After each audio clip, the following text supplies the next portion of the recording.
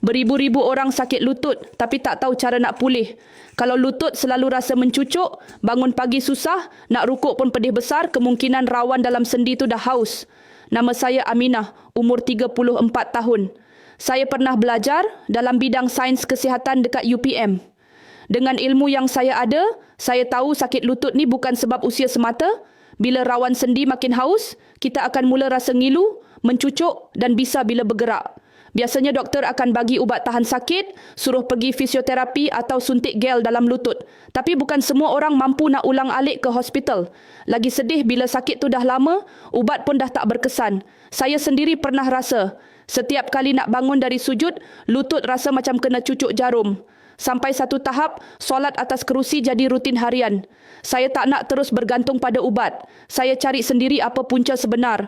Masa tu saya terbaca pasal satu herba yang dipanggil tulang gunung. Herba dari kawasan pergunungan yang sangat tinggi khasiat untuk sendi dan tulang. Dalam kajian, herba ni bantu kuatkan struktur tulang, pulihkan rawan dan kurangkan radang dalam sendi. Sekarang, tulang gunung ni dah dirumus dalam satu jus yang sangat senang nak amal. Nama dia Jus Lenix. Saya dah amal lebih 2 bulan. Dulu nak bangun dari katil pun macam nak patah lutut. Tapi sekarang, saya dah boleh solat berdiri, jalan lama sikit pun dah tak sakit. Jus ni mudah je minum pagi dan malam. Tak payah sapu, tak payah rebus. Rasa dia pun sedap dan cepat nampak kesan bila konsisten.